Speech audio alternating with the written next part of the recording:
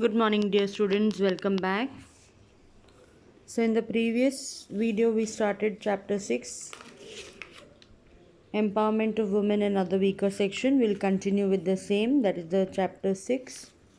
And we were talking about the various movements which were led by women. Okay. Now we are going to discuss about the International Women's Year.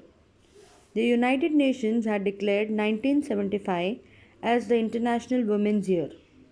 The three aspects of this program were peace, development, and equality between men and women.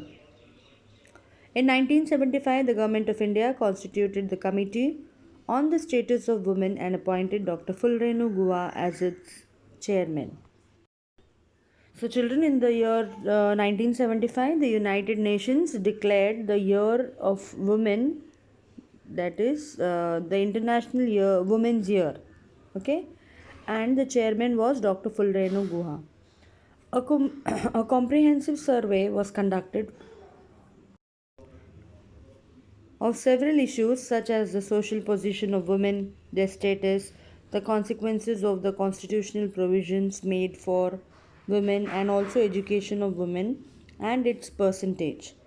Their progress due to education, difficulties faced by working women, the position of women with respect to work, livelihood, their wages, relative to men's wages, the female male ratio, birth and mortality ratio, and the role of women. See, so many things were taken care of, or they started finding some solution to all of these issues. Yes, position of women in the society. In many places today, also, you will see that women don't have proper status. Okay, and then the wages which were paid in offices compared to males, females were given less wages. So all of these inequalities were taking place, children, in the society, and hence to bring a change in this, there were a lot of movements which took place. Taking into consideration this entire background, a statewide conference for women was held in 1975. Now, children, this statewide conference for women was held in the year 1975 and was organized by the Stri Mukti Sangharsh Samiti. Women from all walks of life, regions participated in it. The Samiti published its manifesto in 1978. The policy of a struggle against discrimination on the basis of gender, caste, and varna was adopted. This gave rise to a collection of songs called Stri Muktichi Lalkari, a street play called Mulgi Zhali Ho by Jyoti Mapsekar, and a periodical called Prerak Lalkari, which became their mouthpiece. So, all of these works of literature also were counted. These songs came so that awareness could be created, women could be known about this movement and other such programs. In the year 1977, groups like the Stri Mukti Andolan Samiti, established by Saudamini Rao in Pune, then Baija a fortnightly as a Stri and also Stri Uvach Maitrin and Stri Anyay Virodi Manch in Aurangabad, Mahila Dakshata Samiti in Kolhapur, Mahila Hakk in Nasik, and Nari Prabodhan Manch in Latur were formed. Anti-dowry protection committees were formed all over Maharashtra. A conference to protest against oppression of women was organized in Dhule city. Vidya Bal's periodicals Nari Samata Manch and Milun Saryazani, as also the work of Samajwadi Mahila Sabha and the Krantikari Mahila Sangathan were of great help in dealing with women issues. The Employment Guarantee Scheme in Maharashtra also helped to empower women. Now, see, women also were given reservations in many government jobs. For employment schemes were launched by the government of Maharashtra, and hence this also helped women in empowering.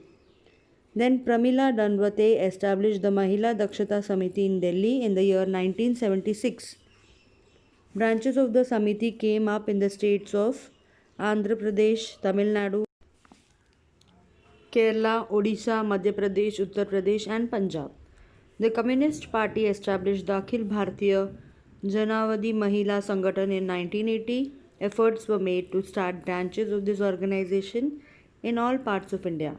The Sangathan started a struggle against issues like dowry, female feticides, domestic abuse. Research on women's issue was undertaken at various levels. Women's study centers were started at the first women university, the Srimati Nathibai Damodar Thakurse, that is the SNDT Women's University in Mumbai, and at Tata Institute of Social Science, Mumbai, Savitribai Phule Pune University, and Shivaji University, Kolhapur. These centers played an important role in critical analysis and in developing a vision on women's issue. In this way, many reforms were made for solving the issues faced by women. Next, children, is the laws for women. The law enacted in 1952 recognizes women's right to alimony and their share in the father's property. Now, see, in the year 1952, there was a change in the laws which were made. Now, alimony is the amount of money which is asked by the wife to the husband during the divorce procedure. Okay, that is known as alimony. The amount which is given is known as alimony. And another right was that the daughter will have full right to ask for property in the father's property. Okay, so she also has full right in asking for her rights in the father's property. So this was done in the year 1952. Then her rights to Stridhan was recognized. Now, children, Stridhan means the girl during her marriage receives a lot of gold and other things from the father's side as well as from the husband's side. So, if in future there is some disputes in the marriage and they are planning of getting divorced or separation, so then that is her right to claim for the Stridhan which she has got already. So it is hers. Even after the divorce, she can claim for it. Okay. Then polygamy was made illegal, and women, just like men, got the right to sue for divorce. Polygamy is having more than one wife or getting married more than once, and so this was illegal. And then afterwards, women also got the same right to sue for divorce. That means to file a case against the husband for divorce. Okay. It was a law that took one step forward concerning women's issue over the following decade. Next, the Dowry Prohibition Act of 1961 made both giving and taking of dowry a cognizable criminal offense. Okay, so in the year 1961, the Dowry Prohibition Act came in practice, and hence, if anyone giving or taking dowry would be registered as a criminal offense. This dismantled the dowry tradition by its roots and further encouraged the social movement. The law elevated the disaster to women caused by the undesirable tradition of dowry. Okay, now in these times, no, during this period, there were so many cases which came into scene that the girls, those who were tortured, they were forced to give dowry. Many had to leave the houses and come. Many lost their lives. There were incidents where the in-laws tortured the girl to get money from the father's side, or from their uh, other things were done like torturing. Many incidents of suicide were seen. Girls, after facing so much of torture, committed suicide. So all these things happened, and hence this Dowry Prohibition Act was brought. Then the Maternity Benefit Act, which gave women the right to get leave from work at the time of childbirth, also came into force in the year 1961.